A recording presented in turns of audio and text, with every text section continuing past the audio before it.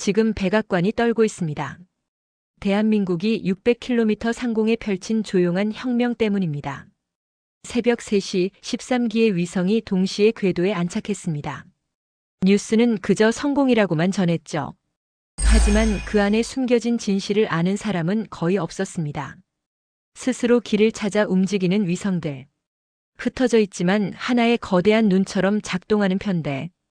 군사용 수준의 3m 해상도 레이더. 이것들이 합쳐지면 무엇이 될까요? 미 국방부와 유럽 우주국 모두 같은 결론에 도달했습니다.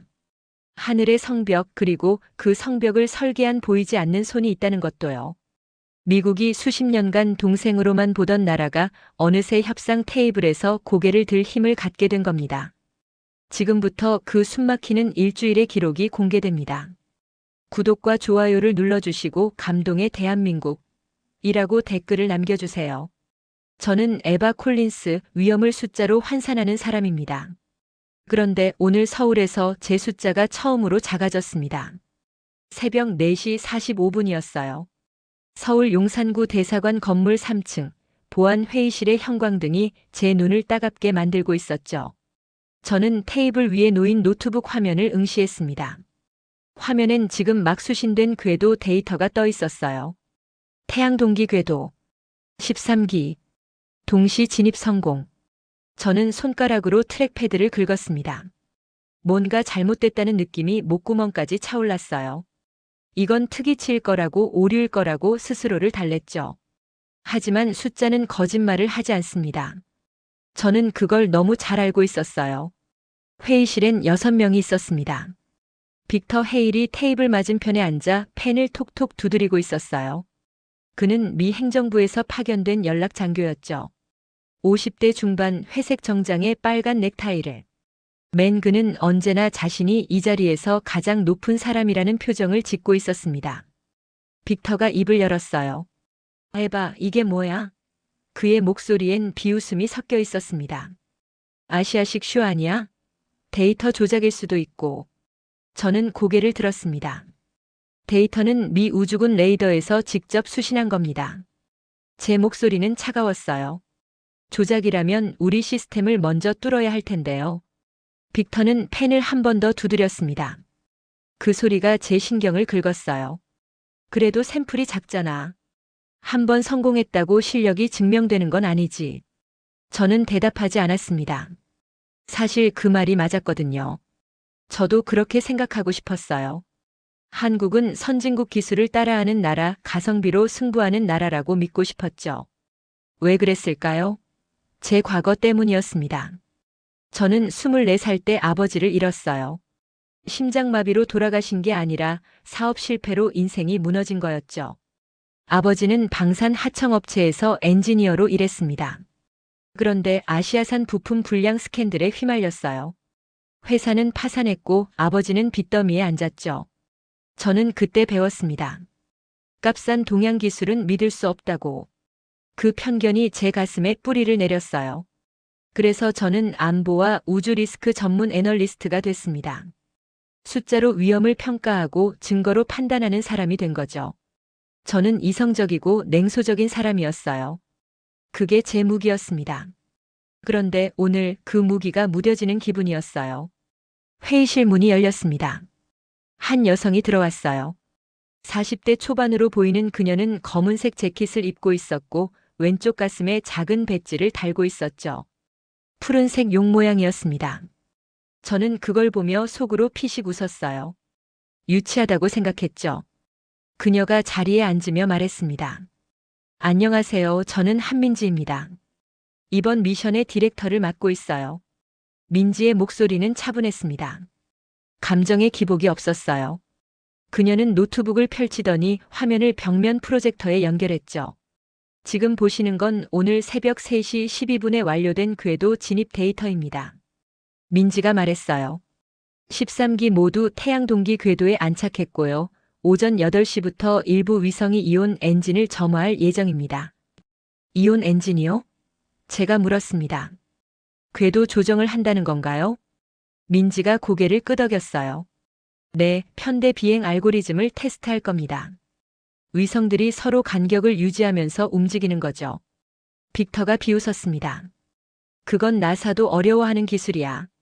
민간팀이 할 수 있을 것 같아? 민지는 대답하지 않았어요. 대신 그녀는 조용히 웃었습니다. 그 미소가 제 마음을 불편하게 만들었죠. 오후 3시에 관제실로 오세요. 민지가 말했어요. 보여드리죠. 저는 그녀의 눈을 봤습니다. 그 눈엔 확신이 있었어요. 오만함이 아니라 준비된 자의 확신이었죠. 저는 그 차이를 알아볼 수 있었습니다. 회의가 끝나고 저는 복도로 나왔어요. 창밖으로 서울의 야경이 보였습니다. 한강이 검은 띠처럼 도시를 가로지르고 있었죠. 저는 손바닥으로 유리창을 짚었습니다. 차가운 감촉이 제 손끝을 타고 올라왔어요. 제 머릿속엔 질문이 가득했습니다. 한국이 정말 이 기술을 가지고 있는 걸까? 아니면 이건 운이었을까? 혹시 제가 뭔가 놓친 게 있는 걸까? 저는 노트북을 다시 펼쳤어요. 궤도 데이터를 한 줄 한 줄 확인했습니다. 고도, 속도, 경사각, 이심률. 모든 수치가 완벽했어요. 너무 완벽해서 오히려 의심스러울 정도였죠. 저는 과거 데이터를 검색했습니다. 누리호 1차, 2차, 3차 발사 기록. 성공률은 50%였어요. 그런데 4차 발사부터 달라졌죠. 100% 성공. 그것도 다중 페이로드로. 뭔가 변했습니다. 그 변화의 속도가 제 예상보다 빨랐어요. 저는 손가락으로 관자놀이를 눌렀습니다. 두통이 왔어요. 아니, 두통이 아니라 불안이었죠. 제 숫자가, 제 계산이, 제 판단이 틀릴 수도 있다는 불안이었습니다. 복도 끝에서 빅터의 목소리가 들렸어요. 그는 누군가와 전화 통화를 하고 있었죠. 워싱턴에 보고할 필요 없어. 빅터가 말했습니다. 이건 그냥 쇼야. 실질적인 위협은 아니라고. 저는 주먹을 쥐었어요. 빅터는 틀렸습니다. 이건 쇼가 아니었어요. 제 본능이 그렇게 말하고 있었죠. 오후 3시까지 6시간이 남았습니다. 저는 그 시간 동안 데이터를 파헤쳤어요. 한국우주산업보고서, 민간기업 투자 내역, 기술 특허 현황. 모든 걸 읽었습니다. 그리고 저는 하나의 패턴을 발견했어요. 한국은 조용히 움직이고 있었습니다. 언론에 발표하지 않고 과시하지 않고 그냥 묵묵히 쌓아 올리고 있었어요. 마치 성벽을 쌓듯이. 저는 그 단어에 멈췄습니다. 성벽. 민지의 사무실에서 본 게 떠올랐어요. 창가에 놓인 작은 미니어처였죠. 검은색 성벽 모양이었습니다. 저는 그때 그걸 유치한 장식이라고 생각했어요. 하지만 지금은 달랐습니다. 그건 장식이 아니었어요. 선언이었죠. 우리는 성벽을 쌓고 있다. 하늘에. 우리만의 방식으로. 저는 노트북을 덮었습니다. 손이 떨렸어요. 제가 무엇과 마주하고 있는지 조금씩 이해하기 시작했죠. 오후 2시 50분, 저는 관제실로 향했습니다. 복도는 조용했어요. 제 구두 소리만 울렸죠. 저는 문 앞에서 멈췄습니다. 손잡이를 잡았어요. 차가운 금속이 손바닥에 닿았죠. 저는 심호흡을 했습니다. 그리고 문을 열었어요. 관제실 안은 생각보다 넓었습니다. 6개의 모니터가 벽면을 가득 채우고 있었고 엔지니어 10명 정도가 각자 자리에 앉아 있었어요. 민지가 중앙 콘솔 앞에 서 있었죠. 그녀가 저를 보며 고개를 끄덕였습니다. 오셨군요. 저는 그녀 옆에 섰어요. 모니터엔 실시간 궤도 지도가 펼쳐져 있었습니다. 13개의 점이 지구 주위를 돌고 있었어요. 이제 시작합니다. 민지가 말했어요. 엔진 점화 카운트다운 30초 전. 저는 화면을 응시했습니다. 제 심장이 빨리 뛰기 시작했어요. 20초, 10초, 5. 점화. 모니터의 한 점이 미세하게 움직였습니다. 그리고 다른 점도, 또 다른 점도. 13개의 위성이 마치 살아있는 것처럼 움직이기 시작했어요. 저는 숨을 멈췄습니다. 이건 진짜였어요. 관제실의 공기가 달라졌습니다. 엔지니어들의 키보드 소리가 빨라졌고 모니터의 숫자들이 미친 듯이 변하기 시작했어요. 저는 화면에서 눈을 떼지 못했죠. 13개의 점이 움직이고 있었습니다. 하지만 무작위로 움직이는 게 아니었어요. 그들은 패턴을 만들고 있었죠. 마치 새떼가 하늘을 날 때처럼 서로의 위치를 감지하며 간격을 유지했습니다. 민지가 말했어요. 지금 보시는 건 자율편대 비행 알고리즘입니다. 각 위성이 서로의 신호를 주고받으면서 최적 거리를 계산하는 거죠. 제가 물었습니다. 지상에서 명령을 내리는 게 아니라요? 민지가 고개를 저었어요. 아니요. 위성들이 스스로 판단합니다. 우리는 목표만 줄 뿐이에요. 저는 입술을 깨물었습니다. 이건 제가 알던 한국 기술이 아니었어요. 따라하기, 모방하기, 가성비로 승부하기. 그런 게 아니었죠. 이건 창조였습니다. 빅터가 제 옆에 섰어요. 그는 팔짱을 끼고 화면을 보고 있었죠. 그의 얼굴엔 여전히 불신이 가득했습니다. 샘플이 작아. 빅터가 중얼거렸어요. 한 번 성공했다고 실력이 증명되는 건 아니지. 민지가 그 말을 들었는지 모르겠지만 그녀는 반응하지 않았어요. 대신 엔지니어 한 명에게 고개를 끄덕였죠. 시나리오 2를 시작하세요. 민지가 말했습니다. 화면이 바뀌었어요. 13개의 점 중 3개가 빨간색으로 변했습니다. 이건 뭐죠? 제가 물었어요. 민지가 대답했습니다. 장애물 회피 테스트입니다. 저 새 위성이 우주 쓰레기 역할을 하는 거예요. 나머지 10개가 충돌을 피하면서도 편대를 유지할 수 있는지 보는 겁니다. 저는 숨을 들이켰어요. 이건 훨씬 더 복잡한 시뮬레이션이었죠. 10개의 점이 움직이기 시작했습니다. 빨간 점들이 그들의 경로를 방해했어요. 하지만 10개의 위성은 마치 물처럼 흘렀습니다. 장애물을 감지하고 경로를 수정하고 다시 모였죠. 30초가 지났어요. 1분이 지났습니다. 2분이 지났죠. 10개의 위성은 여전히 편대를 유지하고 있었어요. 빅터의 얼굴이 굳었습니다. 그는 펜을 꺼내 손가락 사이로 굴렸어요. 톡톡 소리는 나지 않았지만 저는 그가 불안해하고 있다는 걸 알 수 있었죠. 민지가 저를 봤습니다. 그녀의 눈엔 질문이 담겨 있었어요. 어떻게 생각하세요, 에바 씨? 저는 대답하기 전에 잠시 멈췄습니다. 제 머릿속엔 아버지의 얼굴이 떠올랐어요. 파산한 회사, 불량 부품 스캔들, 값싼 동양 기술이라는 꼬리표. 하지만 지금 제 눈앞에 있는 건 값싼 게 아니었습니다. 이건 정교했어요. 치밀했고 계산되어 있었죠. 저는 천천히 입을 열었습니다. 인상적이네요. 하지만 실제 운용 환경에선 변수가 더 많을 겁니다. 민지가 미소를 지었어요. 그 미소엔 여유가 있었죠. 물론이죠. 그래서 우리가 계속 테스트하는 겁니다.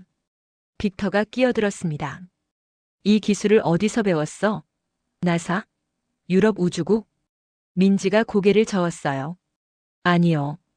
우리가 만들었습니다. 빅터가 코웃음을 쳤어요. 불가능해. 이 수준의 알고리즘은 최소 10년은 걸려. 민지는 대답하지 않았습니다. 대신 그녀는 화면을 가리켰어요. 직접 보고 계시잖아요. 그 말이 제 가슴을 찔렀습니다. 저도 빅터와 같은 생각을 하고 있었거든요. 불가능하다고, 이건 어딘가에서 빌려온 기술일 거라고. 하지만 증거가 제 눈앞에 있었어요. 저는 손으로 이마를 눌렀습니다. 두통이 심해지고 있었죠. 아니, 두통이 아니었어요. 인지 부조화였습니다. 제가 믿던 것과 현실이 충돌하고 있었죠. 테스트가 끝났습니다. 10개의 위성이 다시 완벽한 편대를 이루며 궤도를 돌고 있었어요. 엔지니어 한 명이 보고했습니다. 미션 디렉터님 성공입니다. 오차율 0.3% 이하입니다. 민지가 고개를 끄덕였어요. 좋아요. 데이터 저장하고 다음 시퀀스 준비하세요. 저는 민지에게 물었습니다. 다음은 뭔가요? 그녀가 대답했어요. 합성 개구 레이더 테스트입니다. 여러 위성이 하나의 큰 안테나처럼 작동하는 거죠. 제 등에 식은땀이 흘렀습니다. 그건 제가 아는 한미국도 완전히 구현하지 못한 기술이었어요. 잠깐만요. 제가 말했습니다. 그건 이론적으로만 가능한 거 아닌가요? 민지가 저를 봤어요. 작년까진 그랬죠. 그 말이 끝나기 무섭게 화면이 다시 바뀌었습니다. 위성들이 새로운 형태를 만들기 시작했어요. 마치 거대한 접시처럼 배열됐죠. 3분 후 합성 이미지가 화면에 떴습니다. 저는 숨을 삼켰어요. 그건 한반도 남부 해안이었습니다. 해상도가 믿을 수 없을 만큼 높았어요. 항구의 배들이 보였고 건물의 윤곽이 선명했죠. 이 이미지는 제가 중얼거렸습니다. 몇 미터 해상도인가요? 민지가 대답했어요. 3미터입니다. 저는 뒤로 한 발짝 물러섰습니다. 3미터. 그건 군사용 수준이었어요. 빅터의 얼굴이 창백해졌습니다. 그는 말없이 휴대폰을 꺼내 회의실 밖으로 나갔어요. 아마 워싱턴에 급히 보고하러 간 거겠죠. 저는 민지에게 다가갔습니다. 왜 이걸 우리한테 보여주는 건가요? 민지가 저를 똑바로 봤어요. 그녀의 눈은 차분했지만 그 안엔 단단함이 있었습니다. 숨길 이유가 없으니까요. 민지가 말했어요. 우리는 투명하게 갈 겁니다. 하지만 동시에 우리가 뭘 할 수 있는지도 보여드리고 싶었어요. 저는 그 말의 의미를 곱씹었습니다. 투명하게. 하지만 대등하게. 이건 협상이 아니었어요. 선언이었죠. 저는 창가로 걸어갔습니다. 유리창 너머로 서울의 스카이라인이 보였어요. 햇빛이 빌딩들을 비추고 있었죠.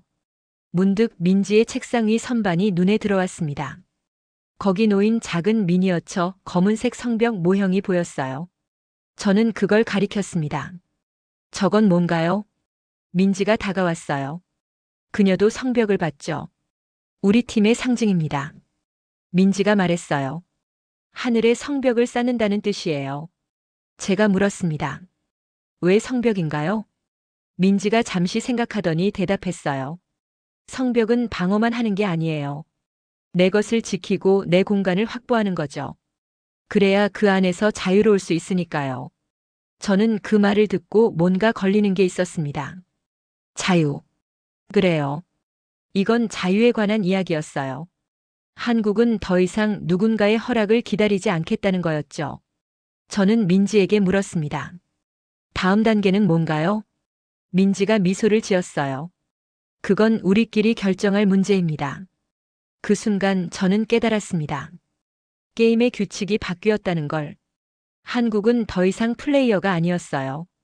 규칙을 만드는 쪽이 되고 있었죠. 빅터가 다시 들어왔습니다. 그의 얼굴은 여전히 굳어 있었어요. 그는 민지에게 다가갔죠. 이 데이터를 공유해야 해. 빅터가 말했습니다. 동맹국 간 정보 공유 협정에 따라서. 민지가 고개를 기울였어요. 협정은 필요한 정보를 공유하라고 되어 있어요. 하지만 모든 정보를 무조건 공유하라고는 안 되어 있죠. 빅터가 목소리를 높였습니다. 이건 안보 문제야. 민지는 침착했어요. 맞아요. 그래서 우리가 직접 관리하는 겁니다. 두 사람의 시선이 부딪혔습니다. 저는 그 사이에서 어느 쪽에 서야 할지 몰랐어요. 제 머리는 빅터 편이라고 말했지만 제 가슴은 민지의 논리가 옳다고 속삭였죠. 결국 빅터가 먼저 물러섰습니다. 그는 문을 박차고 나갔어요. 저는 민지에게 말했습니다. 그를 화나게 만들 필요는 없었잖아요. 민지가 저를 봤어요. 화나게 만든 게 아니에요, 에바 씨. 그냥 사실을 말한 것뿐이죠. 저는 대답하지 못했습니다. 왜냐하면 그녀가 옳았거든요. 관제실을 나오며 저는 노트북에 메모를 적었어요. 오늘 관찰한 것 자율 편대 비행, 장애물 회피, 합성 개구 레이더. 모두 성공적. 기술 수준은 예상을 뛰어넘음. 결론 샘플이 작다는 변명은 더 이상 유효하지 않음. 저는 그 문장을 읽고 또 읽었습니다. 제 손이 떨리고 있었어요. 불안이 아니었습니다. 호기심이었죠.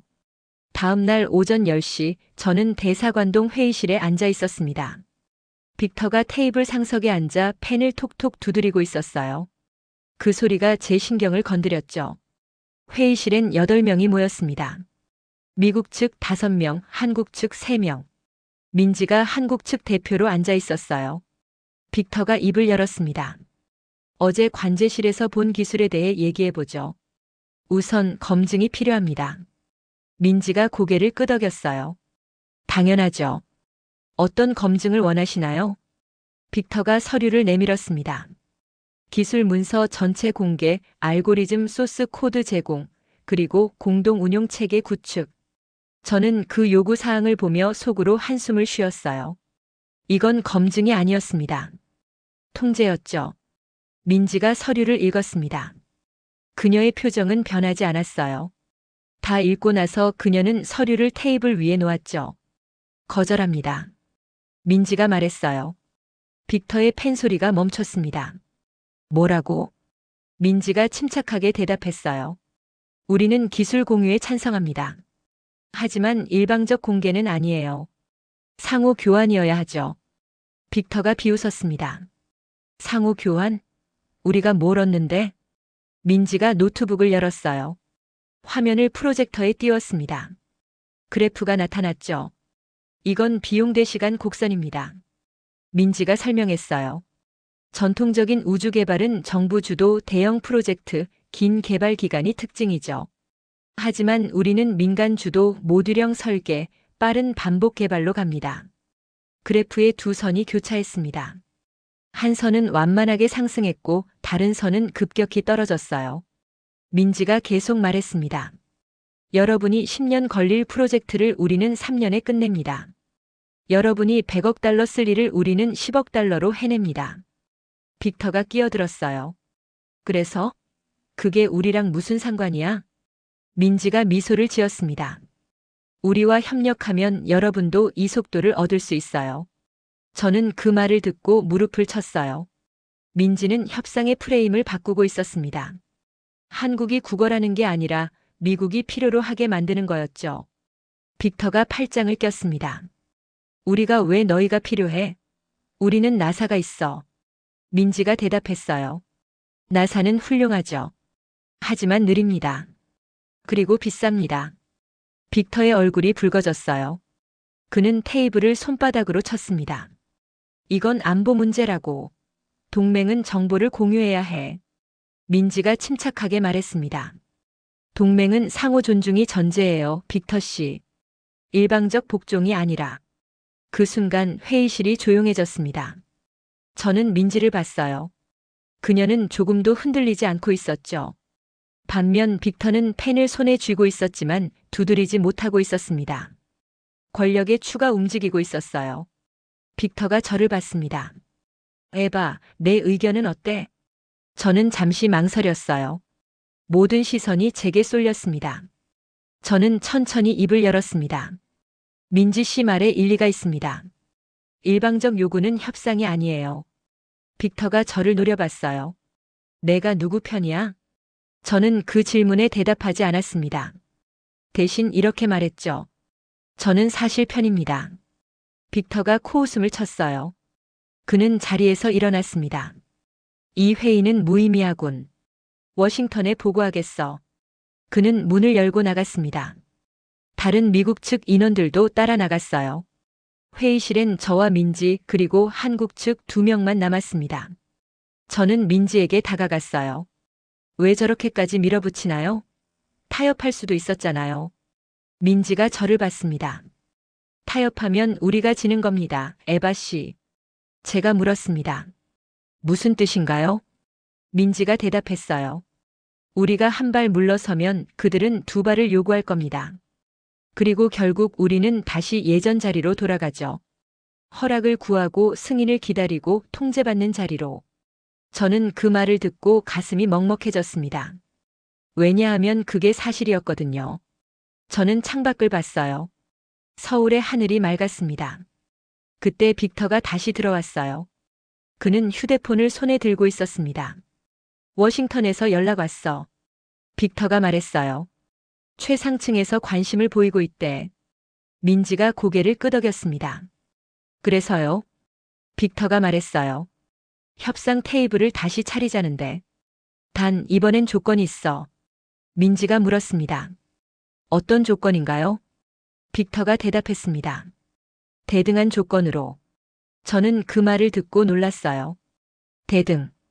빅터의 입에서 그 단어가 나올 줄은 몰랐죠. 민지가 미소를 지었습니다. 좋아요. 그럼 다시 시작하죠. 회의가 끝나고 저는 복도에서 빅터를 붙잡았어요. 무슨 일이에요? 제가 물었습니다. 워싱턴에서 뭐라고 한 거예요? 빅터가 저를 봤습니다. 그의 얼굴엔 피곤함이 가득했어요. 캠프 데이비드에서 전화 왔어. 빅터가 말했어요. 대통령 안보 보좌관이 직접. 제가 물었습니다. 뭐라고 하던가요? 빅터가 한숨을 쉬었습니다. 한국을 잃으면 안 된다고. 그들이 중국이나 러시아로 기울면 큰일이라고. 저는 그제야 이해했습니다. 이건 기술의 문제가 아니었어요. 지정학의 문제였죠. 저는 빅터에게 말했습니다. 그럼 이제 어떻게 하실 건가요? 빅터가 대답했어요. 협력하는 척 해야지. 뭐? 저는 그 말에 움찔했습니다. 협력하는 척? 빅터가 어깨를 으쓱했어요. 원래 그런 거야, 에바. 동맹이란 게 다 그래. 서로 필요할 때만 손잡는 거지. 저는 대답하지 못했습니다. 왜냐하면 제 안에서 뭔가 무너지고 있었거든요. 저는 지금까지 동맹이란 게 신뢰라고 믿었어요. 하지만 빅터의 말은 달랐죠. 동맹은 거래였습니다. 그날 밤 저는 호텔 방에 혼자 앉아 있었어요. 노트북을 펼치고 보고서를 쓰기 시작했죠. 하지만 손가락이 움직이지 않았습니다. 제 머릿속엔 빅터의 말이 맴돌았어요. 협력하는 척. 그리고 민지의 말도. 상호 존중. 저는 어느 쪽이 옳은지 몰랐습니다. 아니, 알고 있었어요. 하지만 인정하고 싶지 않았죠. 저는 창밖을 봤습니다. 서울의 야경이 반짝이고 있었어요. 그때 문득 아버지가 떠올랐습니다. 아버지는 성실한 사람이었어요. 정직하게 일했고 규칙을 지켰죠. 하지만 결국 무너졌습니다. 아시아산 불량 부품 때문에. 저는 그때 아버지를 원망했어요. 왜 그런 부품을 썼냐고, 왜 조심하지 않았냐고. 하지만 지금 생각해보니 잘못은 아버지가 아니었을지도 몰라요. 잘못은 시스템이었을지도. 누군가는 싸게 만들라고 압박하고, 누군가는 빨리 납품하라고 재촉하고, 누군가는 품질보다 이익을 선택하게 만드는 그 시스템. 저는 그 시스템의 희생자를 아시아 탓으로 돌렸습니다. 하지만 지금 보니 아시아도 피해자였어요. 저는 노트북을 덮었습니다. 오늘 밤은 보고서를 쓸 수 없었어요. 제 마음이 너무 혼란스러웠거든요. 사흘 후 저는 대전에 있는 한국항공우주연구원을 방문했습니다. 민지가 초대했거든요. 유럽 우주국에서 온 과학자 한 명도 함께였어요. 그의 이름은 루카 로마노, 38살의 레이더 전문가였습니다. 이탈리아 억양이 섞인 영어를 구사하는 그는 중립적인 관찰자처럼 보였어요. 루카가 민지에게 물었습니다. 오늘 우리에게 뭘 보여주실 건가요? 민지가 대답했어요. 합성 개구 레이더의 실제 운용 데이터입니다. 우리는 관제동 지하 1층 분석실로 들어갔습니다. 벽면에는 여러 개의 대형 모니터가 걸려 있었어요. 엔지니어 한 명이 키보드를 두드렸습니다. 화면에 이미지가 떴어요. 저는 숨을 멈췄습니다. 그건 황해 연안 지역이었어요. 배들이 선명하게 보였고 항구 시설의 윤곽이 또렷했죠. 심지어 컨테이너의 배치까지 확인할 수 있었습니다. 루카가 앞으로 다가갔어요. 그는 화면을 자세히 들여다봤죠. 해상도가 몇 미터죠? 루카가 물었습니다. 엔지니어가 대답했어요. 2.5미터입니다. 루카가 고개를 저었어요. 불가능해요. 소형 위성으로 이 해상도를 낼 순 없어요. 민지가 말했습니다. 단일 위성으론 불가능하죠. 하지만 10개를 묶으면? 루카가 민지를 봤습니다. 간섭계 방식인가요? 민지가 고개를 끄덕였어요. 네. 각 위성이 신호를 동시에 송수신하고 지상에서 합성하는 겁니다. 루카가 턱을 쓸었습니다. 이론적으론 가능하지만 위상 동기화가 문제예요. 나노초 단위로 맞춰야 하는데. 민지가 다른 화면을 띄웠어요. 복잡한 그래프가 나타났습니다. 이게 우리 동기화 알고리즘입니다. 민지가 설명했어요. 각 위성에 원자시계를 탑재하고 GPS 신호로 보정하고 머신러닝으로 오차를 예측해서 미리 조정하는 거죠. 루카가 그래프를 읽기 시작했습니다. 그의 눈이 점점 커졌어요. 이건 루카가 중얼거렸습니다. 이건 우리가 10년 전에 포기한 방식이에요. 민지가 물었습니다. 왜 포기하셨나요? 루카가 대답했어요. 계산량이 너무 많아서요. 실시간 처리가 불가능했죠. 민지가 미소를 지었습니다. 작년까진 그랬죠. 루카가 민지를 봤어요. 뭐가 바뀐 건가요? 민지가 노트북을 열었습니다. 화면에 또 다른 그래프가 나타났어요. 우리는 처리를 분산했습니다. 민지가 설명했어요. 위성에서 1차 처리, 지상국에서 2차 처리, 클라우드에서 최종 합성. 3단계로 나눈 거죠. 루카가 고개를 끄덕였습니다. 그는 완전히 몰입해 있었어요. 저도 화면을 보고 있었지만 사실 기술적인 내용은 절반도 이해하지 못했습니다. 하지만 루카의 반응이 모든 걸 말해주고 있었어요. 이건 진짜였습니다. 루카가 민지에게 물었습니다. 이 데이터를 공유할 수 있나요? 유럽 우주국과. 민지가 잠시 생각하더니 대답했어요. 상호 교환 조건으로라면 가능합니다. 루카가 고개를 끄덕였습니다. 제가 본부에 건의하겠습니다. 저는 그 대화를 들으며 무언가 달라지고 있다는 걸 느꼈어요. 한국이 기술을 구걸하는 게 아니라 제안하고 있었죠. 분석실을 나와 우리는 옥상 카페로 갔습니다. 대전의 하늘이 맑았어요. 루카가 커피를 마시며 말했습니다. 솔직히 말하면 저는 한국을 과소평가하고 있었어요. 민지가 미소를 지었어요. 많은 사람이 그래요. 루카가 계속 말했습니다. 유럽에선 한국을 제조업 강국으로만 봅니다. 하지만 이제 보니 여러분은 그 이상이네요. 민지가 대답했어요. 감사합니다. 하지만 우리는 아직 배울 게 많아요. 그 말이 제 가슴을 찔렀습니다. 민지는 오만하지 않았어요. 그녀는 자신들이 뭘 할 수 있는지 알고 있었지만 동시에 뭘 모르는지도 알고 있었죠. 이게 진짜 자신감이구나 저는 생각했습니다. 루카가 저를 봤어요. 에바, 당신 생각은 어때요? 저는 잠시 망설였습니다. 뭐라고 대답해야 할지 몰랐거든요. 저는 천천히 입을 열었습니다. 저는 지금까지 한국을 잘못 봤던 것 같아요.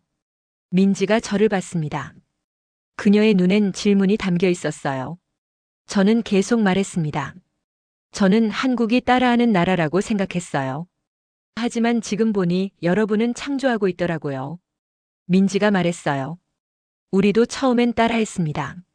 하지만 어느 순간 우리만의 길을 찾아야 한다는 걸 깨달았죠. 저는 그 말을 듣고 가슴이 뜨거워졌습니다.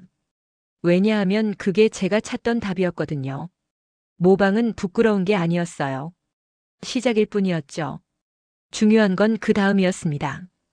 그 모방을 넘어서 자기만의 것을 만드는 것. 루카가 일어서며 말했습니다. 저는 본부에 긍정적인 보고를 하겠습니다. 이 기술은 협력할 가치가 있어요. 민지가 고개를 숙였습니다. 감사합니다. 루카가 떠나고 저와 민지만 남았습니다. 저는 민지에게 물었어요. 처음부터 이렇게 자신 있었나요? 민지가 고개를 저었습니다. 아니요. 처음엔 두려웠어요. 제가 물었습니다. 뭐가 두려웠나요? 민지가 대답했어요. 실패가 아니라 무시당하는 게 두려웠죠. 우리가 아무리 잘해도 인정받지 못할까봐. 저는 그 말을 듣고 목이 메었습니다. 왜냐하면 제가 바로 그런 사람이었거든요. 한국을 무시했던. 저는 민지에게 말했습니다. 미안해요. 민지가 고개를 갸웃했어요. 왜요? 저는 대답했습니다. 제가 여러분을 무시했어요. 편견을 가지고 있었죠. 민지가 미소를 지었습니다. 알아요. 하지만 괜찮아요. 에바 씨는 팩트를 보는 사람이잖아요. 그래서 지금 이렇게 바뀌신 거고. 그 말이 저를 울렸습니다. 민지는 제가 바뀔 수 있다고 믿고 있었어요. 저보다 저를 더 믿고 있었죠. 저는 손으로 눈을 가렸습니다. 눈물이 날 것 같았거든요. 민지가 제 어깨에 손을 얹었어요. 에바 씨, 과거는 중요하지 않아요. 지금이 중요하죠. 저는 고개를 끄덕였습니다. 그날 저녁 저는 호텔로 돌아와 보고서를 썼어요. 제목은 이거였습니다. 한국 우주기술 재평가 모방에서 창조로. 저는 루카의 분석을 인용했고 민지의 설명을 정리했고 제 관찰을 덧붙였습니다. 그리고 마지막 문단에 이렇게 썼어요. 한국은 더 이상 따라가는 나라가 아니다. 그들은 자기만의 속도로 자기만의 방식으로 가고 있다. 우리가 선택할 수 있는 건 두 가지다. 함께 가거나 뒤처지거나. 저는 그 문장을 읽고 또 읽었습니다. 그리고 전송 버튼을 눌렀어요. 제 상사에게 보고서가 날아갔습니다. 저는 노트북을 덮고 창밖을 봤어요. 대전의 밤하늘에 별이 반짝이고 있었습니다. 그 별들 사이 어딘가에 한국의 위성들이 날고 있겠죠. 저는 미소를 지었습니다. 처음으로 진심으로. 이틀 후 민지가 저를 다시 불렀습니다. 이번엔 서울 관악구에 있는 민간 우주기업 본사였어요. 저는 엘리베이터를 타고 10층 옥상으로 올라갔습니다. 문이 열리자 서울의 전경이 펼쳐졌어요. 민지가 난간에 기대어 서 있었습니다. 그녀는 저를 보고 손을 흔들었죠. 오셨네요. 민지가 말했어요. 저는 그녀 옆에 섰습니다. 왜 여길 부르셨어요? 민지가 하늘을 가리켰어요. 저걸 보여드리고 싶어서요. 저는 하늘을 봤습니다. 해가 지고 있었어요. 주황빛이 하늘을 물들이고 있었죠. 뭘 보라는 건가요? 제가 물었습니다. 민지가 태블릿을 꺼냈어요. 화면에 궤도 지도가 떠 있었습니다. 그녀는 손가락으로 화면을 확대했죠. 지금 우리 위성 13기가 여기 있어요. 민지가 설명했어요. 그들이 만드는 궤적을 보세요. 저는 화면을 봤습니다. 위성들의 궤적이 선으로 연결되어 있었어요. 그 선들이 모여서 하나의 형태를 만들고 있었죠. 성벽이었습니다. 한반도를 둘러싼 거대한 성벽. 저는 숨을 들이켰어요. 이건 민지가 말했습니다. 우리는 성벽을 쌓고 있어요, 에바 씨. 하늘에. 저는 그 말을 듣고 눈물이 날 것 같았습니다. 왜냐하면 저는 그제야 이해했거든요. 이건 단순히 기술의 문제가 아니었어요. 이건 생존의 문제였죠. 한국은 강대국들 사이에 끼인 작은 나라입니다. 북쪽엔 북한이 있고 서쪽엔 중국이 있고 동쪽 너머엔 일본이 있죠. 그리고 태평양 건너엔 미국이 있습니다. 한국은 언제나 누군가의 허락을 구해야 했어요. 누군가의 보호를 받아야 했죠. 하지만 이제는 달랐습니다. 한국은 자기만의 성벽을 쌓고 있었어요. 보이지 않는 하지만 단단한 성벽을. 민지가 말했습니다. 이 성벽은 방어만 하는 게 아니에요. 우리 공간을 확보하는 겁니다. 그래야 그 안에서 자유로울 수 있으니까요. 저는 민지를 봤어요. 그녀의 재킷에 달린 푸른 용 배지가 햇빛에 반짝였습니다. 저는 물었습니다. 왜 용인가요? 그 배지. 민지가 배지를 만지며 말했어요. 우리 팀 스태프들이 농담으로 시작한 거예요. 잠자던 용이 깨어난다고. 저는 그 말을 듣고 가슴이 두근거렸습니다. 용. 한국을 상징하는 동물이죠. 그리고 용은 하늘을 나는 존재입니다. 민지가 계속 말했습니다. 처음엔 우스갯소리였어요. 하지만 시간이 지나면서 그게 우리 정체성이 됐죠. 우리는 용이에요. 깨어난 용. 저는 서울의 스카이라인을 봤습니다. 빌딩들이 불빛을 밝히고 있었어요. 그 불빛들이 마치 별처럼 반짝였죠. 그때 제 머릿속에 아버지가 떠올랐습니다. 아버지는 동양 기술을 싫어했어요. 값싸고 불량하다고 생각했죠. 하지만 아버지가 틀렸습니다. 아니, 아버지가 본 건 일부였을 뿐이에요. 값싼 제품들, 불량 부품들. 그건 분명 존재했습니다. 하지만 그게 전부가 아니었어요.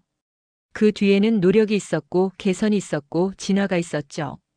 한국은 실패를 딛고 일어났습니다. 모방을 넘어 창조했어요. 그리고 이제는 세계에 도전하고 있었죠. 저는 민지에게 말했습니다. 제 아버지 얘기를 해도 될까요? 민지가 고개를 끄덕였어요. 물론이죠. 저는 천천히 이야기를 시작했습니다. 제 아버지는 방산 엔지니어였어요. 성실하고 정직한 사람이었죠. 그런데 아시아산 부품 스캔들에 휘말렸어요. 회사는 파산했고 아버지는 빚더미에 앉았죠. 민지가 조용히 들었습니다. 저는 계속 말했어요. 저는 그때부터 동양 기술을 믿지 않게 됐어요. 값싸고 불량하다고 생각했죠. 그게 제 편견의 뿌리였습니다. 민지가 말했습니다. 그래서 저희를 무시했군요. 저는 고개를 끄덕였어요. 네. 미안해요. 민지가 저를 봤습니다. 그녀의 눈엔 이해가 담겨 있었어요. 괜찮아요, 에바 씨. 민지가 말했습니다. 편견은 누구에게나 있어요. 중요한 건 그걸 인정하고 바꾸는 거죠. 저는 눈물이 차올랐습니다. 민지는 저를 탓하지 않았어요. 오히려 이해해줬죠. 저는 손으로 얼굴을 가렸습니다. 눈물이 흘렀어요. 민지가 제 어깨에 손을 얹었습니다. 우리는 완벽하지 않아요. 실수도 많이 했고 실패도 많이 했죠. 하지만 우리는 계속 나아가고 있어요. 그게 중요한 거예요.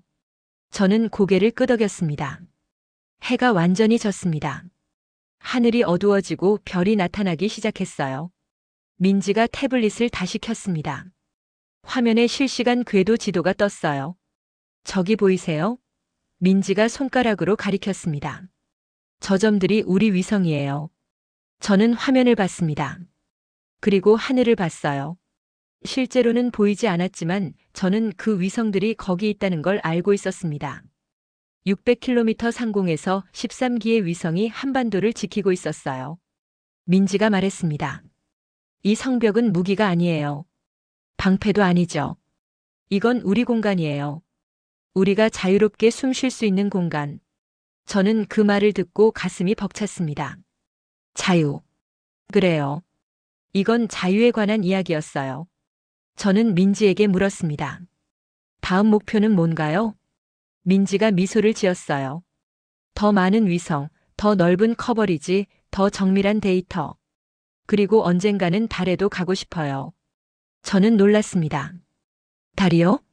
민지가 고개를 끄덕였어요. 네. 왜 안 돼요? 저는 대답하지 못했습니다. 왜 안 되냐고요? 사실 안 될 이유가 없었어요. 한국은 이미 위성을 쏘아 올렸고 편대 비행을 구현했고 합성 레이더를 작동시켰어요. 달이 불가능하다고 누가 말할 수 있죠? 저는 미소를 지었습니다. 그래요, 왜 안 돼요? 민지가 웃었어요. 그 웃음엔 희망이 가득했습니다. 우리는 한동안 말없이 하늘을 봤어요. 서울의 불빛이 하늘을 밝히고 있었지만 그 위로 별들이 반짝이고 있었습니다. 제 마음속에서 뭔가 변하고 있었어요. 오만이 무너지고 편견이 녹고 존중이 자라나고 있었죠. 저는 더 이상 한국을 동생으로 보지 않았습니다. 한국은 파트너였어요. 대등한. 민지가 말했습니다. 에바 씨, 내일 중요한 회의가 있어요. 제가 물었습니다. 무슨 회의인가요? 민지가 대답했어요. 미국 측과의 최종 협상이에요. 조건을 정하는 자리죠. 저는 긴장했습니다. 어떤 조건인가요? 민지가 말했습니다. 대등한 협력, 기술 공유, 공동 운용, 상호 존중. 저는 그 단어들을 곱씹었습니다. 대등, 공동, 상호. 이건 예전의 동맹과는 달랐어요. 저는 민지에게 물었습니다. 미국이 받아들일까요? 민지가 어깨를 으쓱했어요. 모르죠. 하지만 우리는 물러서지 않을 겁니다. 저는 그 말을 듣고 뭔가 결심했습니다. 저도 물러서지 않겠어요. 다음 날 저녁 저는 대사관 보안통신실에 있었습니다. 빅터가 워싱턴과 화상회의를 하고 있었거든요. 저도 그 자리에 있었어요. 빅터가 저를 불렀죠. 화면에 세 사람이 나타났습니다. 국방부 차관, 국가안보회의 국장, 그리고 대통령 안보보좌관이었어요. 빅터가 보고를 시작했습니다. 한국의 위성 기술은 우리 예상을 뛰어넘습니다. 자율 편대 비행, 합성 레이더 모두 실용 단계에 있어요. 차관이 물었습니다. 위협 수준은? 빅터가 대답했어요. 직접적 위협은 아닙니다. 하지만 지정학적으로 민감해요. 한국이 이 기술을 중국이나 러시아와 공유하면 문제가 됩니다. 안보보좌관이 고개를 끄덕였습니다. 그럼 우리가 먼저 손을 잡아야겠군. 빅터가 말했습니다. 한국 측은 대등한 조건을 요구하고 있습니다. 차관이 인상을 찌푸렸어요. 대등? 무슨 소리야? 우리가 나토 동맹국도 아닌데. 국장이 끼어들었습니다. 하지만 한국을 잃으면 안 됩니다. 인도-태평양 전략의 핵심이에요. 보좌관이 손을 들었어요. 모두 진정하세요. 빅터, 한국이 원하는 게 정확히 뭐죠? 빅터가 서류를 읽었습니다. 기술 상호 교환, 공동 운용 체계, 그리고 의사 결정권 공유입니다. 차관이 고개를 저었어요. 의사 결정권 공유는 불가능해. 그건 우리 통제권을 포기하는 거야. 저는 그 말을 듣고 참을 수 없었습니다. 신뢰합니다. 제가 말했어요. 한국은 통제받길 원하지 않아요. 존중받길 원하는 겁니다. 모두가 저를 봤습니다. 보좌관이 물었어요. 당신은? 빅터가 대답했습니다. 에바 콜린스, 리스크 애널리스트입니다. 보좌관이 저를 응시했어요. 계속하세요. 저는 심호흡을 했습니다. 한국은 이미 독자적 능력을 갖췄어요. 우리가 협력하지 않으면 그들은 다른 파트너를 찾을 겁니다. 그게 중국이 될 수도 있고 유럽이 될 수도 있죠. 차관이 비웃었습니다. 유럽? 유럽은 우리 편이야. 저는 고개를 저었어요. 루카 로마노라는 과학자를 만났습니다. 유럽 우주국 레이더 전문가예요. 그는 한국 기술에 놀랐고 협력을 건의하겠다고 했어요. 보좌관이 턱을 쓸었습니다. 흥미롭군요. 저는 계속 말했습니다. 우리가 선택할 수 있는 건 두 가지예요. 한국과 대등하게 협력하거나 한국을 잃거나. 회의실이 조용해졌습니다. 보좌관이 빅터를 봤어요. 당신 생각은? 빅터가 잠시 망설이더니 대답했습니다. 에바 말이 맞습니다. 저는 놀랐어요. 빅터가 제 편을 든 거죠. 빅터가 계속 말했습니다. 한국은 더 이상 우리 통제 아래 있지 않아요. 그들은 파트너가 되길 원해요. 우리가 그걸 받아들이지 않으면 그들은 떠날 겁니다. 보좌관이 고개를 끄덕였습니다. 알겠어요. 대등한 조건으로 협상하세요. 단 핵심 기술은 우리가 지킵니다. 빅터가 대답했어요. 알겠습니다. 화상회의가 끝났습니다. 빅터가 저를 봤어요. 그는 펜을 손에 들고 있었지만 두드리지 않았습니다. 잘했어, 에바. 빅터가 말했어요. 저는 대답하지 않았습니다. 왜냐하면 저는 빅터를 믿을 수 없었거든요. 얼마 전 그는 협력하는 척하자고 말했어요. 그런 사람이 갑자기 태도를 바꿨다고 해서 진심일까요? 저는 빅터에게 물었습니다. 왜 제 편을 든 거예요? 빅터가 한숨을 쉬었어요. 선택의 여지가 없어서. 워싱턴도 한국의 가치를 인정했어. 그럼 우리는 따라야지. 저는 씁쓸했습니다. 결국 계산이었어요. 진심이 아니라. 하지만 그래도 괜찮았습니다. 최소한 결과는 좋았으니까요. 그날 밤 저는 호텔방에서 민지에게 이메일을 보냈어요. 내용은 간단했습니다. 워싱턴이 대등한 조건을 받아들였어요. 내일 협상 테이블에서 봬요. 민지의 답장이 바로 왔습니다. 감사합니다, 에바 씨. 내일 봐요. 저는 노트북을 덮고 창밖을 봤어요. 서울의 야경이 반짝이고 있었습니다. 제 마음속에서 뭔가 정리되고 있었어요. 저는 더 이상 숫자만 보는 사람이 아니었습니다. 사람을 보기 시작했죠. 그리고 사람 뒤에 있는 이야기를, 그 이야기 뒤에 있는 꿈을 보기 시작했어요. 한국의 꿈은 자유였습니다. 누군가의 허락 없이, 누군가의 통제 없이 자기 길을 가는 것. 그 꿈이 하늘의 성벽을 쌓고 있었어요. 저는 미소를 지었습니다. 내일이 기대됐어요. 다음 날 오후 2시 저는 서울 중구의 한 조용한 회의실에 있었습니다. 창밖으로 남산타워가 보였어요. 테이블 한쪽에 미국 측이 앉았습니다. 빅터와 저 그리고 법무 담당자 2명이었죠. 반대편엔 한국 측이 앉았어요. 민지와 변호사 1명 그리고 정장을 입은 남자 1명이었습니다. 그 남자는 소개받지 못했어요. 이름도 직책도 말하지 않았죠. 하지만 그의 존재감은 무거웠습니다. 빅터가 서류를 펼쳤어요. 우선 기술 공유 범위부터 정하죠. 민지가 고개를 끄덕였습니다. 우리는 편대 비행 알고리즘의 기본 구조를 공유할 수 있어요. 단 핵심 파라미터는 제외하고요. 빅터가 물었습니다. 핵심 파라미터 없이 뭘 할 수 있죠? 민지가 대답했어요. 개념을 이해하고 응용할 수 있어요. 하지만 완전히 복제는 못하죠. 빅터가 인상을 찌푸렸습니다. 그럼 우리가 얻는 게 뭐죠? 정작 남자가 처음으로 입을 열었어요. 그의 목소리는 낮고 단단했습니다. 시간입니다. 남자가 말했어요. 우리 알고리즘을 참고하면 여러분은 개발 시간을 5년 단축할 수 있어요. 빅터가 그를 봤습니다. 그리고 남자가 계속 말했어요. 그리고 우리는 여러분의 심우주 통신망을 쓸 수 있어요. 공정한 교환이죠. 저는 그 말을 듣고 놀랐습니다. 한국이 미국의 심우주 통신망이 필요하다는 걸 솔직히 인정한 거예요. 하지만 동시에 자신들도 줄 게 있다고 말한 거죠. 이게 진짜 협상이었습니다. 빅터가 고개를 끄덕였어요. 좋아요. 다음은 공동 운용 체계예요. 민지가 노트북을 열었습니다. 우리는 위성 데이터를 실시간으로 공유할 수 있어요. 단 접근 권한은 상호 동의하에만 부여됩니다. 빅터가 물었습니다. 긴급 상황에는요? 민지가 대답했어요. 긴급 상황 정의를 먼저 합의해야죠. 그리고 그 경우에만 즉시 접근을 허용합니다. 빅터가 고개를 끄덕였습니다. 합리적이네요. 협상은 3시간 동안 계속됐어요. 기술 공유, 데이터 접근, 비용 분담, 지적 재산권, 분쟁 해결. 모든 걸 논의했습니다.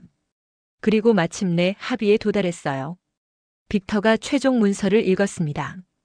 양측은 대등한 파트너로서 우주 기술을 공동 개발하고 상호 존중의 원칙하에 협력한다. 민지가 고개를 끄덕였어요. 동의합니다. 정작 남자가 일어섰습니다. 그는 빅터에게 다가갔어요. 두 사람이 악수를 나눴습니다. 저는 그 순간을 봤어요. 정작 남자의 어깨에 작은 문양이 있었습니다. 푸른 용이었죠. 민지의 배지와 같은 디자인이었어요. 그리고 빅터의 양복 깃에는 미국 국세가 새겨진 핀이 달려 있었습니다. 독수리 문양이었죠. 용과 독수리. 두 상징이 악수하는 순간이었어요. 저는 가슴이 벅찼습니다. 이건 단순한 계약이 아니었어요. 역사의 한 페이지가 넘어가는 순간이었죠. 회의가 끝나고 저는 민지와 단둘이 복도에 남았습니다. 민지가 저를 봤어요. 에바 씨, 고마워요. 제가 물었습니다. 뭐가요? 민지가 대답했어요. 당신이 워싱턴을 설득해줬잖아요. 빅터 씨한테 들었어요. 저는 고개를 저었습니다. 저는 그냥 사실을 말한 것뿐이에요. 민지가 미소를 지었어요. 그게 용기예요, 에바 씨. 자기 편견을 인정하고 사실을 말하는 것. 저는 눈물이 차올랐습니다. 민지는 저를 칭찬하고 있었어요. 제가 그럴 자격이 있는지 모르겠지만 그 칭찬이 제 가슴을 따뜻하게 만들었죠. 저는 민지에게 말했습니다. 당신들이 만든 거예요. 이 기회를. 저는 그냥 문을 열었을 뿐이에요. 민지가 고개를 저었어요. 문을 여는 게 제일 어려운 일이에요. 우리는 잠시 말없이 서 있었습니다. 복도는 조용했어요. 창밖으로 석양이 지고 있었죠. 민지가 물었습니다. 에바 씨, 이제 어떻게 하실 거예요? 저는 대답했어요. 보고서를 써야죠. 오늘 있었던 일을. 민지가 미소를 지었습니다. 어떻게 쓰실 건가요? 저는 잠시 생각했어요. 그리고 대답했습니다. 사실대로요. 한국은 동생이 아니라 파트너라고. 대등한. 민지가 고개를 끄덕였어요. 감사합니다. 우리는 악수를 나눴습니다. 그 악수 속에는 존중이 있었어요. 서로에 대한 인정이 있었죠. 저는 민지를 봤습니다. 그녀의 눈엔 희망이 반짝이고 있었어요. 다음에 또 봐요, 에바 씨. 민지가 말했어요. 달에서. 저는 웃었습니다. 달에서요? 진짜 가실 거예요? 민지가 고개를 끄덕였어요. 언젠가는요. 왜 안 돼요? 저는 대답했습니다. 그래요, 왜 안 돼요? 우리는 다시 웃었습니다. 그날 저녁 저는 공항으로 향했어요. 샌프란시스코행 비행기를 타야 했거든요. 택시 안에서 저는 서울의 밤 풍경을 봤습니다. 한강이 불빛을 반사하고 있었어요. 저는 휴대폰을 꺼냈습니다. 그리고 이메일 앱을 열었죠. 수신이는 아버지였어요. 물론 아버지는 이미 돌아가셨습니다. 이 메일은 발송되지 않을 거예요. 하지만 저는 썼습니다. 아빠, 저예요. 에바. 오늘 한국에서 있었던 일을 말하고 싶어요. 아빠는 동양 기술을 싫어했죠. 불량 부품 때문에 회사가 망했으니까요. 저도 오랫동안 아빠 생각에 동의했어요. 값싼 기술은 믿을 수 없다고. 하지만 아빠, 제가 틀렸어요. 싼 게 문제가 아니었어요. 그건 시작일 뿐이었죠. 한국은 그 시작에서 멈추지 않았어요. 계속 나아갔고 개선했고 창조했어요. 그리고 이제 그들은 하늘의 성벽을 쌓고 있어요. 아빠가 봤으면 좋겠어요. 그 성벽을. 늦게 알아서 미안해요, 아빠. 저는 메일을 저장했습니다. 발송하지 않고. 하지만 쓰는 것만으로도 충분했어요. 제 마음이 조금 가벼워졌거든요. 택시가 공항에 도착했습니다. 저는 짐을 들고 내렸어요. 체크인 카운터로 걸어가면서 저는 하늘을 봤습니다. 별이 보이지 않았어요. 서울의 불빛이 너무 밝았거든요. 하지만 저는 알고 있었습니다. 그 위 어딘가에 13기의 위성이 날고 있다는 걸, 한국의 성벽이 쌓이고 있다는 걸, 그리고 그 성벽 안에서 한국이 자유롭게 숨쉬고 있다는 걸. 저는 미소를 지었습니다. 탑승구로 걸어가며 저는 생각했어요.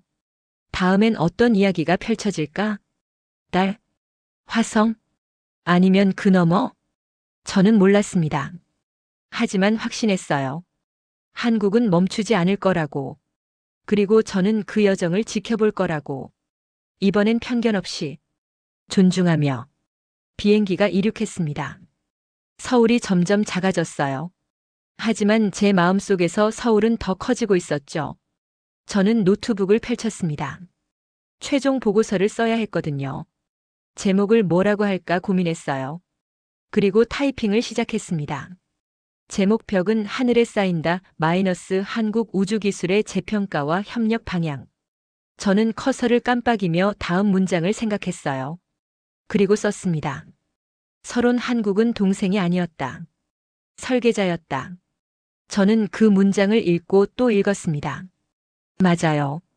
이게 제가 발견한 진실이었죠. 저는 계속 썼습니다. 지난 일주일간 저는 한국의 우주기술을 평가했습니다. 처음엔 회의적이었어요. 아시아 기술에 대한 편견이 있었죠. 하지만 현장에서 본 것은 제 예상을 완전히 뒤엎었습니다. 한국은 단순히 기술을 모방하는 나라가 아니었어요. 그들은 창조하고 있었죠. 자율 편대 비행, 합성 개구 레이더, 실시간 궤도 조정. 이 모든 기술이 실용 단계에 있었습니다. 그리고 그 기술 뒤에는 철학이 있었어요. 하늘의 성벽을 쌓는다는 철학. 이건 방어가 아니었습니다. 자유를 확보하는 행위였죠. 저는 손을 멈추고 창밖을 봤어요. 구름이 펼쳐져 있었습니다. 그 구름 위 어딘가에 한국의 위성들이 날고 있었어요. 저는 다시 타이핑을 시작했습니다. 한국과의 협력은 선택이 아닙니다. 필수예요. 우리가 대등한 조건으로 손잡지 않으면 한국은 다른 파트너를 찾을 겁니다. 그건 미국의 전략적 이익에 반합니다.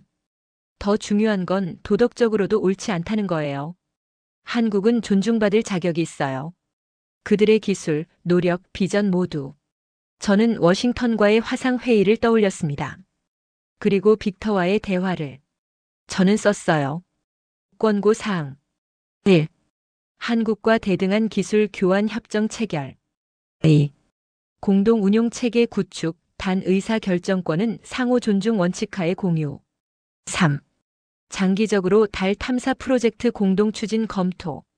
저는 그 문장들을 읽었습니다. 이건 단순한 보고서가 아니었어요. 제 변화의 기록이었죠. 저는 마지막 문단을 썼습니다. 결론, 저는 이번 출장을 통해 많은 걸 배웠습니다. 기술적인 것뿐 아니라 인간적인 것도요. 편견은 현실을 왜곡합니다. 하지만 사실을 직시하면 편견은 무너져요.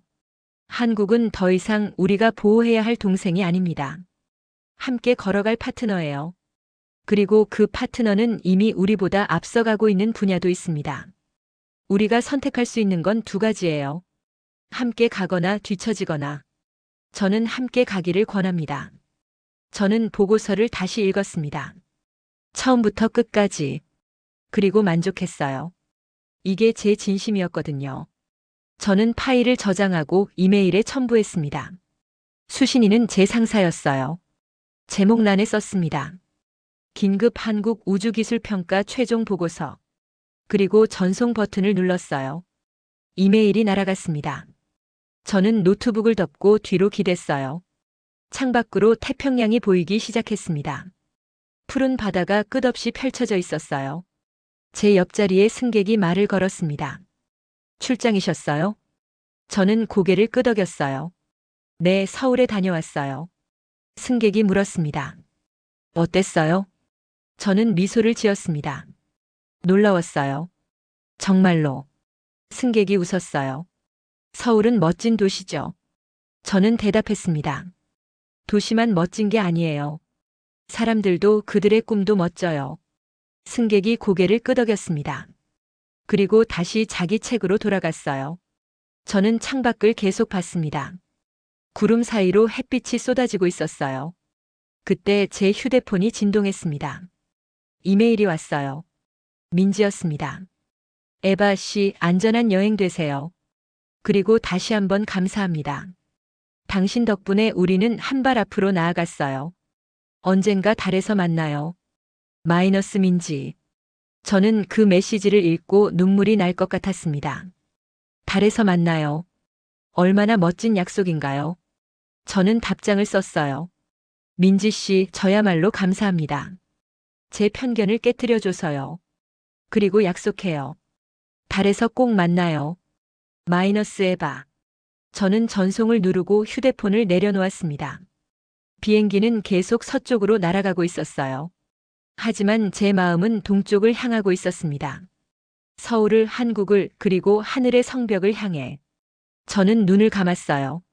그리고 꿈을 꿨습니다. 딸 표면에 서 있는 꿈을요. 제 옆엔 민지가 서 있었어요. 그녀의 재킷에 푸른 용 배지가 달려 있었죠. 우리는 지구를 바라봤습니다. 푸른 행성이 검은 우주에 떠 있었어요. 민지가 말했습니다. 우리가 해냈어요. 저는 대답했어요. 네, 우리가 해냈어요. 그 꿈 속에서 국적은 중요하지 않았습니다. 중요한 건 우리가 함께 여기 있다는 거였죠. 인류로서, 꿈꾸는 자로서. 저는 미소를 지었습니다. 그리고 계속 꿈을 꿨어요. 비행기가 샌프란시스코에 착륙할 때까지. 공항에 내려서 저는 짐을 찾았습니다. 그리고 택시를 탔어요. 운전사가 물었습니다. 어디 가세요? 저는 대답했어요. 집이요. 하지만 제 마음속에선 다른 대답이 울렸습니다. 집이 아니라 출발점이요. 이제 시작이에요. 새로운 여정에. 택시가 달리는 동안 저는 휴대폰으로 뉴스를 검색했습니다. 한국 우주기술 관련 기사가 몇 개 있었어요. 저는 그 기사들을 읽었습니다. 그리고 댓글도 읽었죠. 대부분은 긍정적이었어요. 하지만 몇몇은 여전히 회의적이었습니다. 한국이 뭘 할 수 있겠어? 이건 그냥 쇼야. 진짜 기술은 미국이 가지고 있어. 저는 그 댓글들을 보며 씁쓸했어요. 일주일 전에 저와 똑같았거든요. 하지만 저는 바뀌었습니다. 그들도 바뀔 수 있을 거예요. 시간이 걸리겠지만 결국 사실이 드러날 테니까요. 택시가 제 아파트 앞에 섰습니다. 저는 요금을 지불하고 내렸어요. 엘리베이터를 타고 10층으로 올라갔습니다. 문을 열고 집에 들어갔어요. 집은 조용했습니다. 혼자 사는 집이니까요. 저는 짐을 내려놓고 소파에 앉았습니다. 그리고 천장을 봤어요.